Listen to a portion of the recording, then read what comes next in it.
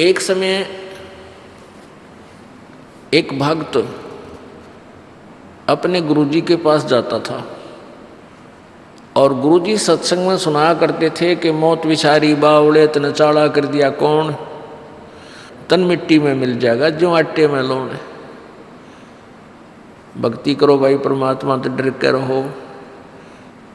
तो ऐसे ज्ञान भी सुनाते थे, लेकिन हम परमात्मा के विचारों पर ध्यान 10% ही दे पाते हैं। 90% फिर भी अपनी ही सोच से चलते हैं।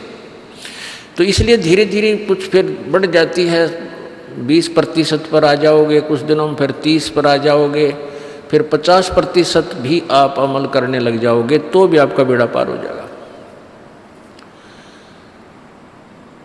तो वो व्यक्ति आता था, गुरुदेव से चर्चा करता था और उसके पास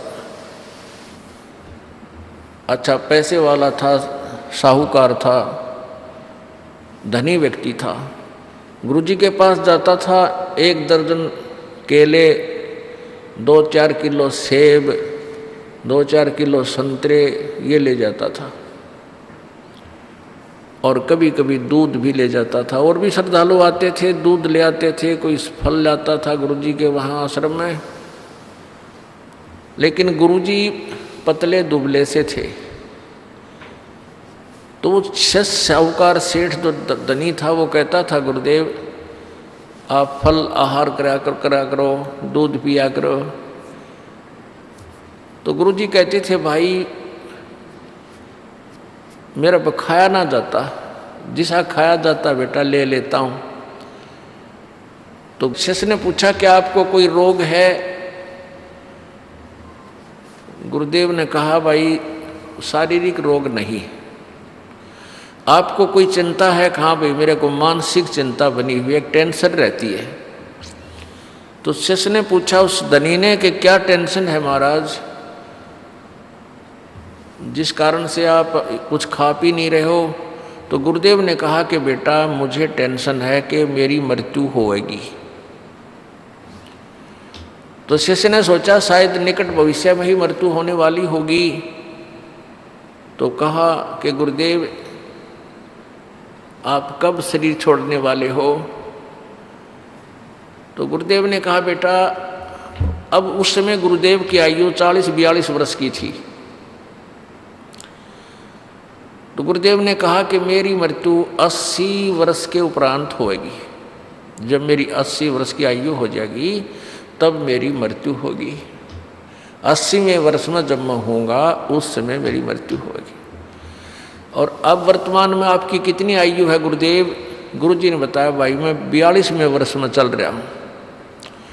तो शिष्य कहता है कि ले गुरुजी, नू तो सब ने मरना है, आप तो साधु संत हो, आप भी चिंता करते हो, एक दिन तो सब ने मरना ही, ये या भी के चिंता मृत्यु की, तो जाना ही है, शरीर तो एक दिन छूटना ही है। लग गया प्रवचन करने। गुरुजी बोला, अच्छा भाई कोई बात ना, हाँ बेटा ऐसा ही है, मृत्यु तो होनी ही है एकदम, पर क्या करूँ मुझे तो चिंता ज़्यादा ही है। तो उठ कर चलता चलता बोला, साधु संतों को क्या चिंता होती है, मस्त रहा करो, खा पिया करो और दूध रखा, फल रखे। वो दो जब भी आवे, जब ये प्रवचन सुनावे।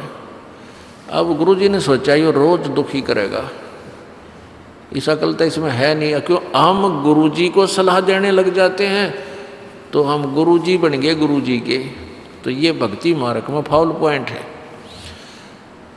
क्योंकि गुरुजी जो बोल रहे हैं उसको बालक नहीं सोच सकते। आप बच्चे हो, बुद्धि कमजोर है आपकी। उस संत का एक राजौसी नगरी का राजा शिष्य था, वो बहुत आदर करता था संत का। तो उस राजा से उस संत ने कहा कि आप उस एक सेठ है आपके यहाँ बाजार में, यो नाम है उसका, उसको आप किसी केस में झूठा केस बना के और सज़ा सुना दो, लेकिन मारना नहीं है उसको, केवल एक लीला है या मैं कहूँ ऐसे करता रहे। तो उस सेठ ने, उस राजा ने उस सेठ को पकड़ लिया, 302 में यानी सजाए मौत सुना दी कि तूने एक आदमी की हत्या की है। और वो सेठ नट रोवर बेगन करे पर को ना सुने, उसको 3 यानी सजाए मौत सुना दी। पहले हत्या के बदले सजाए मौत होती थी, और 1 महीने का समय धर दिया 14 का, चतुर्दशी यानी किसी महीने की जो है ना चतुर्दशी को रख दिया। मैं उस चतुर्दशी को इसको सूली तोड़ा जाएगा, फांसी। और गुरुजी ने ये कहा था कि जब इसको कहीं बंद करो कोठड़ी में, कैद में इसको रखो, तो इसके पास दूध के पात्र भरे हों, 5-4 किलो दूध रखा रहे, और सेब संतरे काजू किशमिश बहुत संख्या में इसके पास होने चाहिए। तो राजा ने अपने गुरुदेव के आदेश अनुसार जिस कोठड़ी में, जिस कैद में, जिस अलग से कमरे में उसको बंद कर रखा था, उसमें दूध और सेब संतरे नारे नारे अलग अलग टोकरियाँ में रखे, रोज़ ताजे बदल दें। जब रह लिए 4 दिन उस 14 के, अबू लाला जी अच्छा मोटा तगड़ा सेठ थी, सूख के कति अस्थि पिंजर हो गया उसका। अब वो गुरुजी गए उस जेल में, वो कोठड़ियाँ बनी हुई थी लाइन में, आगे लोहे के सरिया के वो लगे हुए थे गेट। महाराज जी जा रहे हैं, उस सेठ ने पता लग गया कि तुम गुरुजी गए। आवाज़ लगाई, गुरुजी गुरुजी, हे महाराज जी नमो नारायण, हे महाराज जी राम राम। महाराज जी को तो पता था कि बोल लगा, मैंने देखते आवाज़ लगा होगा, पता लग जाए कौन सी में फिट हो रहा है हमारा भगत। तो उसने गुरुजी ने ऐसे करके देखा, रहा कौन है भाई, कि कौन है जो मुझे याद कर रहा है, बोल रहा है। कहने लगा जी मैं वो आपका भगत है, फलाना राम है। गुरुजी ने ध्यान से देखा, ने बोला भाई तू तो बहुत कमज़ोर हो गया बेटा, क्या बात होगी। कहने लगा जी मेरे को झूठे केस में फंसा रखा है, मैं भगवान की कसम खा के कहूँ मैंने कति मानस नहीं मार रखा, और मेरे को 14 को हे भगवान 4 दिन रह गए, मैंने सजा सुनावेंगे।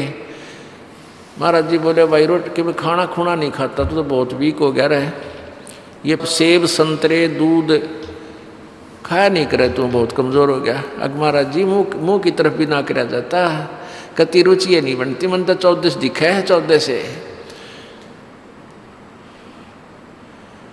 परमात्मा बोले भाई खाया पिया कर कोई बात ना, मरना से बेटा सब ने एक दिन मौत आनी है बेटा, ये मौत की भी क्या चिंता है भले आदमी, तू मेरे तन्यों क्या करता। महाराज जी खाओ पियो मौज करया करो, और मौत या तानी है सबकी, तो बेटा 14 तो सबकी आनी है, क्यों चिंता कर रहा तो।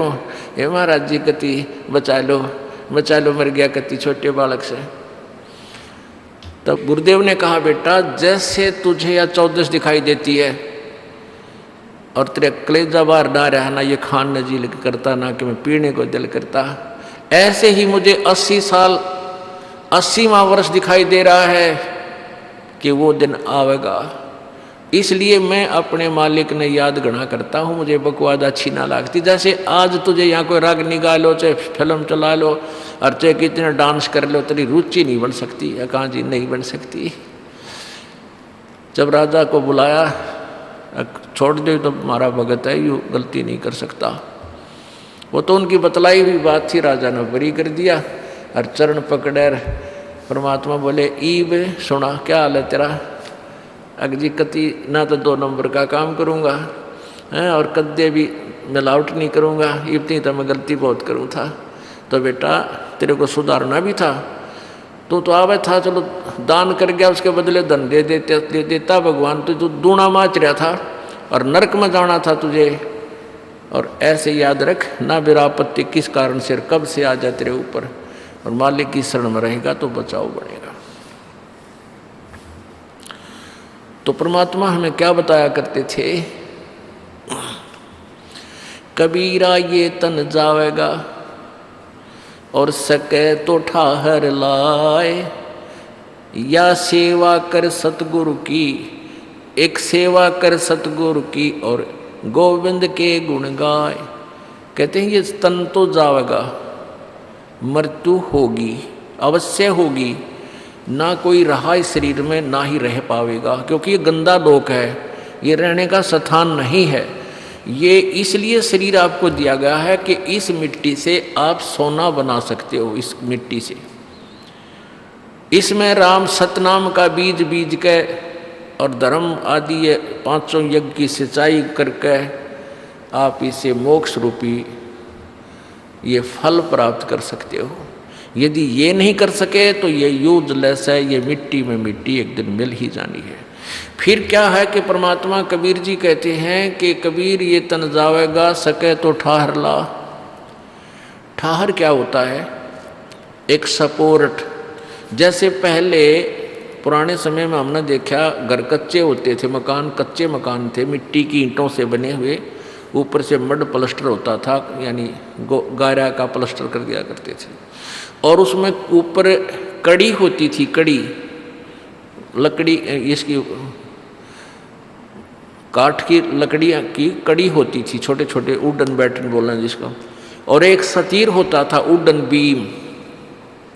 तो कई पुराने मकानों में वो बीम जो होता था सतीर, वो क्रैक हो जाता था, और उसके नीचे क्या करते थे वो घर वाले, एक और मोटी कड़ी, मोटी बली बोले हैं, बड़ी, ये जैसे बल्ली बोले हैं, बल्ली, ऐसी मोटी बल्ली, और नीचे एक प्लेटफार्म सा बना के या कोई पत्थर उत्थर मजबूत रख के जमीन पे, और उस बल्ली ने उसके नीचे सपोर्ट दे देते थे। जहाँ से वो क्रैक हो गया, वो सतीर जहाँ से टूटने वाला था, गिर जाना था, उसने सारी छत गिर जानी थी, मकान गिर जाना था, तो उस एक ठाहर ने, उस एक सपोर्ट ने, उस बल्ली ने उस सतीर को सहारा दे दिया, वो गिरा नहीं, टूटा नहीं। और वो बल्ली से बनवाने 20 वर्ष निकल जाए उसके, वो छातनियों की न रुकी। तो परमात्मा कहते हैं हो सकता है कोई प्रारब्धवश, आपके संस्कारवश आपकी मृत्यु होने वाली है, और छोटी उम्र में होने वाली है, 20 वर्ष में, 30 वर्ष में, 40 वर्ष में। यदि आपने परमात्मा की शरण ग्रहण कर रखी है, कबीर परमेश्वर की, तो वो परमात्मा आपकी इस जीवन को ठाहर बन जाएगी। वो परमात्मा की भक्ति आपके इस जीवन में उस मृत्यु होने वाले समय में ठाहर बनेगी, वो सपोर्ट बनेगी, बल्ली का काम करेगी, और फिर मनमाना आप 20 साल 30 वर्ष और जीवित रह सकते हो। तो परमात्मा कबीर जी कहते हैं, कबीर ये तन जावेगा, सके तो ठाहर लाए, एक सेवा कर सतगुरु की और गोविंद के गुण गाए। यानी इसको रोकने के लिए, इस जीवन को उस आगे एक्सटेंशन भी चाहता है, तो परम संत की शरण में आ सेवा कर। यानी सेवा का तात्पर्य है कि उसके जैसे भी वो आदेश दें उसी प्रकार सत्संग सुन, यहाँ आकर के दान पुण्य जिसा तेरे हाथ से बनाकर, और भक्ति जो उसने उपदेश दिया है सच्चा, उसका जाप करो, इससे तेरी आयु भी एक्सटेंड हो जाएगी। अब जैसे ये ज्ञानहीन व्यक्ति थे, जिन्होंने भक्ति का ज्ञान नहीं, परमात्मा को पहचाना नहीं, ऋषि महर्षि की पदवी पा गए, उन्होंने पूरे समाज को उल्टा घुमा दिया। अब जैसे कोई व्यक्ति दुखी है, संस्कार के यानी पाप कर्म, देखो पुण्य से सुख होता है प्राणी को और पापों से दुख होता है, अंडरस्टूड है, ये तो प्रत्येक ने बेरा है। जो आदमी घना दुखी हो जाता है तो अपने आप कहता है बुद्धिमान व्यक्ति कि भाई मैंने पिछले जन्म में घने पाप कर रखे, मैंने पिछले जन्मों में घने दोष कर रखे, अपराध कर रखे, आज मेरे ऊपर आपत्ति पर आपत्ति आ रही है, मेरा राम रूस गया। और जिसके सब सुख हैं, अच्छी व्यवस्था है, बच्चे भी ठीक हैं, पूरी संतान संपत्ति है, तो आम व्यक्ति भी नो क्या करें, भाई ये तो घना पुण्यकर्मी प्राणी है, यानी घने अच्छे कर्म कर रहा है पिछले जन्म।